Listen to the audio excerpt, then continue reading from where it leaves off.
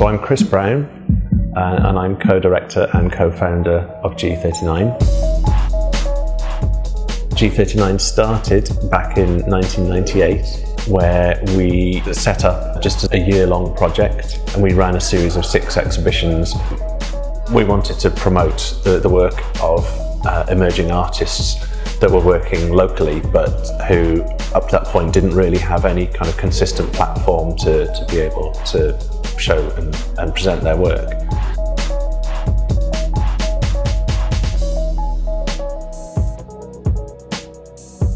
We've sort of worked behind the scenes where we're supporting their professional development as well, and we recognise that as a really important part of the whole sort of gallery offer, I suppose.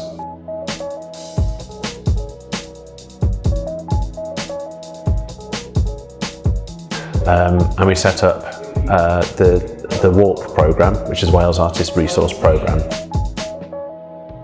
And since then, that's pretty much formed, I would say, about 50% of the work that we do. So 50% is the exhibitions, and then 50% is the kind of behind the scenes stuff where we're working with artists on every other aspect of their practice.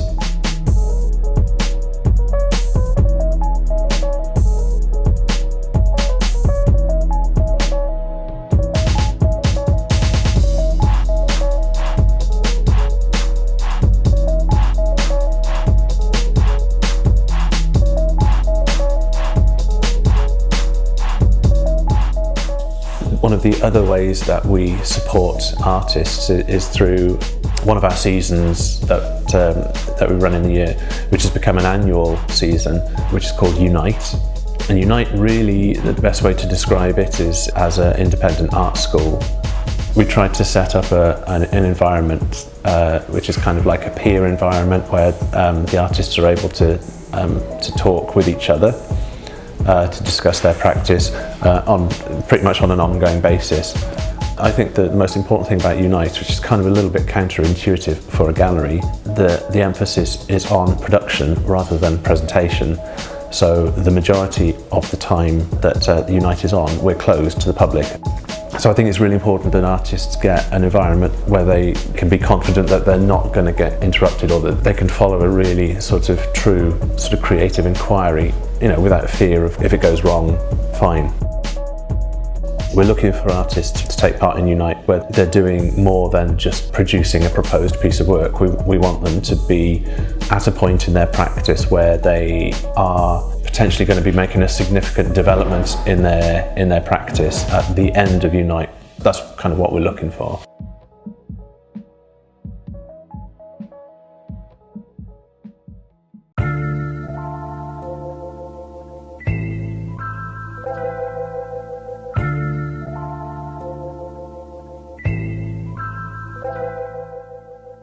So my name is Adrian Svenmeyer.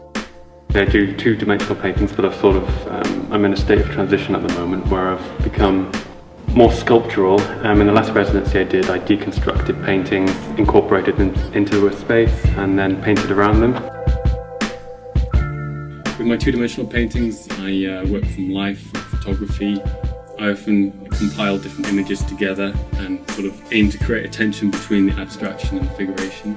There are themes generally of kind of the human condition, but for me the object is still the most important thing. So I may start with a rough idea in my head, but I allow the painting to sort of dictate to me how I proceed. I generally don't work purely abstractly with the 2-dimensional things, but abstraction is definitely a big part of it.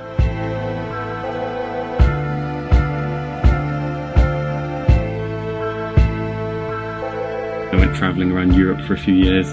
When I was travelling, I was often painting murals in hostels or boutique hotels just for food and accommodation. It freed me up really, because I was a bit disillusioned towards the end of doing my diploma in fine art, and just going to a hostel where there weren't any particularly arty people or whatever, and just being able to paint whatever I wanted. It did definitely. I was able to develop my skill without feeling any kind of inhibition. So then when I came back again, I knew more of the direction I wanted to go in.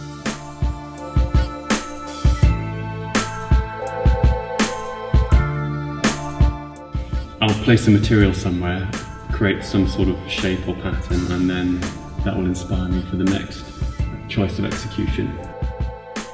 The idea is to create a sort of an immersive experience for the viewer, so they'll come in here and hopefully wherever the eye falls there'll be something to consider. But I aim to get a kind of overall harmony. Sometimes it has an innate shape and I will manipulate it, but that inspires me to then create composition from it.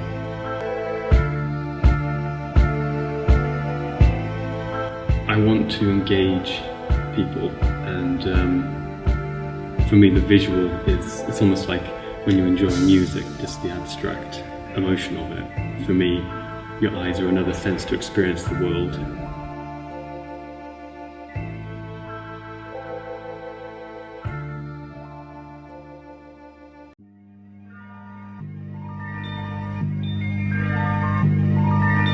I'm Rory, and I'm one of the artists doing Unite at G39 at the minute. When I originally went to university, one of the reasons was because I wanted to find out why I was so interested in photography and documenting the scene that I was around. So when I started my postgraduate degree, I bought a series of images called 25 People with Cameras off eBay. I'd come to the conclusion that there was too many images already in the world and I didn't need to add any more. So I made two bodies of work out of those images. One was called Avoid, where the main character in the scene was taken out, so the only thing you had to base your notion of an event on is the scene in which it occurred. Similarly with the other work, which was called Williamsburg MA, it looked at how photography works in a chain, and every time you reread photographs, or every time you receive a photograph, you'll read something different, and the meaning of the original image sort of gets diluted. I made a series of works called The Tourist, which were based on a series of 1930 photographs of China, and it was about how we represent what we see, how we include and exclude things. So I took that to the extreme and I zoomed right in to a small part of the image, and it avoided the exoticism of most tourist photography. I've been reappropriating photographic manuals and how-to guides.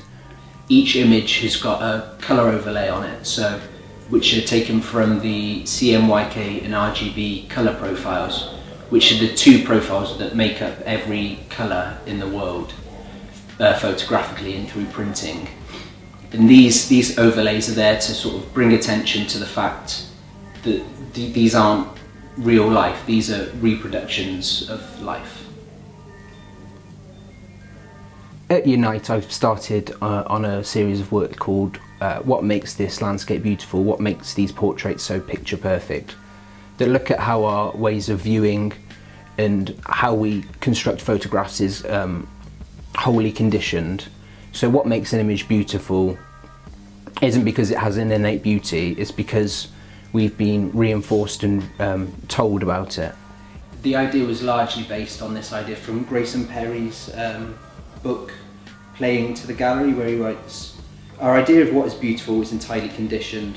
Things we regard as beautiful do not possess some innate beauty. We have just become used to regarding something as beautiful through exposure and reinforcement. Beauty is very much about familiarity, reinforcing an idea we already have."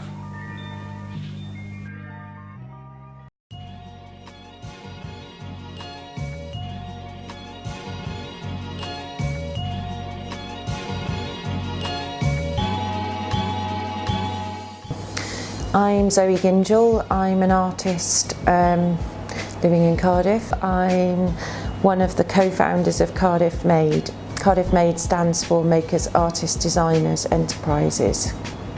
And it was an idea that I forged with my partner Josh Leeson, who is the other half of Made. We set up a community interest company in September 2013, 3 years ago now, to mainly promote and showcase the work of local artists, designers, anybody that makes anything really, and because there's a lot of talent going on in the city, and we felt that there wasn't a space that provided a platform physically for all the diverse medium, whether it's design, art, painting, sculpture, performance, all those things in one place. So that's what we decided to do. Put a cafe in because we felt the idea that food and art's really important. It's a way of bringing people into a space. It's more inclusive, it's less elitist, you know. You can bring your families in. Everything is made locally. And that's kind of the idea, really, supporting and showing what's here on our doorstep and celebrating it. The whole idea of Clear Cut is to provide a live arts platform and work that's in development and needs to be performed in order to take it further and develop the work further in front of an audience. We also run workshops in the holidays and on weekends for people to learn something a bit different, like bookbinding, felting, things like that.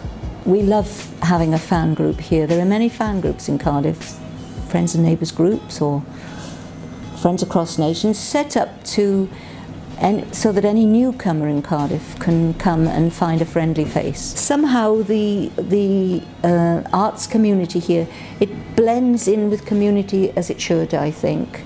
And it's not about artists just out to make themselves famous and, you know, make a fortune, although probably everybody'd like to do that. But it's because they want to communicate, they want to express what is happening in their day and age and to connect with people. And this is a lovely place for that.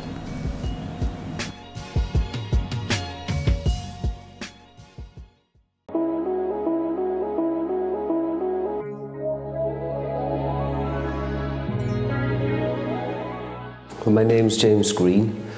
I've been drawing since I was about 3 or 4, or ever since I can remember, pretty much every day for all my life. It's something I've always loved doing, and luckily for me, it's now my job teaching drawing at Cardiff Met University. I've been working on the collages downstairs every day for 10 years. Part of it is called The History of the Rhondda, which is where I come from, which is why this exhibition is called Rhondda World. So, in a way, it's about a small hometown where I used to live, or where I grew up. But it's also about all the travels around the world that I've been on and bringing those experiences back to the Rhondda, mixing the Rhondda with all these other places I've visited and the results of the collages downstairs. And then, because I'm working every day on these small collages, they help me generate ideas for the paintings and the bigger pieces of work that are upstairs. So for example, there's the Elephant Man paintings. I'm really interested in the story of Joseph Merrick, the Elephant Man. And I started making drawings and paintings of him, and I had this idea that his face must have been constantly changing throughout his life, with these things growing up, you know, tumours growing and skin sagging, this kind of thing. So I thought it'd be good to make paintings and drawings of him to chart his appearance and his sort of mental state as he grew older. So I made a series of masks based on his face throughout his life. Like I was saying earlier about travelling around the world, a lot of that's to do with soaking up cultures from different places and drawing from the museums there and then mixing it all back up in my artwork. Each painting is planned. Like I do lots and lots of drawing all the time, so I got lots of sketchbooks full of ideas. And usually for one painting there might be between 10 to 20 drawings behind it, which sometimes I'll do years before without even knowing that it's going to develop into a painting. Being a lecturer, there's lots of trips that I go on with students. So for instance, last year I went to Berlin 3 times, just on uni trips.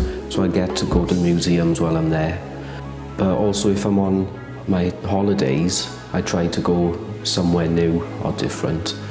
And then I also get like scholarships to go travelling. Like last year I went to South America twice to do some teaching, And in the summer I'm going to go to Mexico for 5 weeks to do some teaching in Guadalajara. So it all comes through work and just life in general. I work really hard on artwork, and that seems to give me opportunities to go places and do exciting things.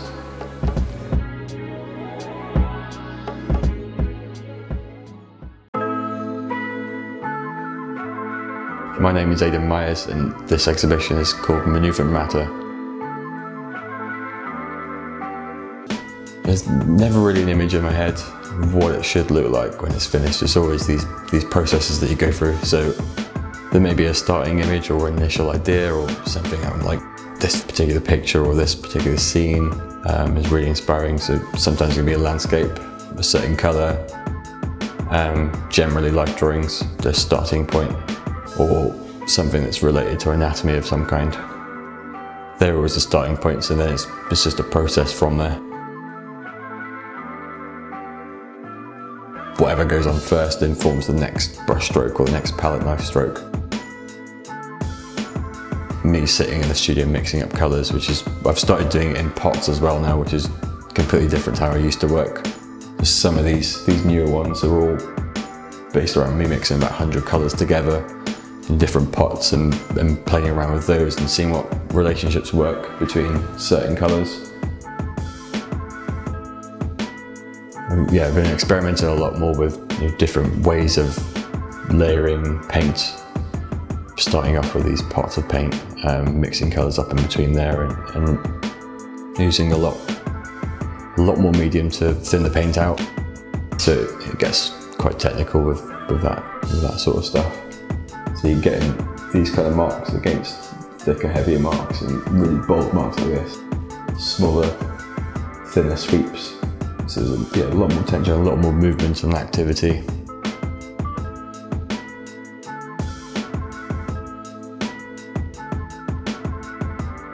It was always a bit of a like, oh, I'm going to do that because it's something I'm interested in.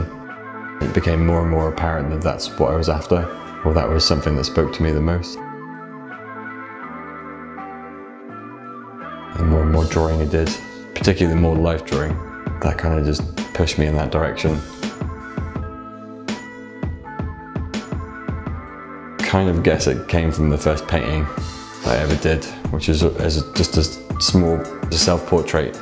Having looked at Maggie Hambling and Francis Bacon, these were the artists that we were giving in one of the projects. But ever since then, it was like this brush mark against the canvas. It always spoke to me, and kind of never given it up since. I'm gonna stop now.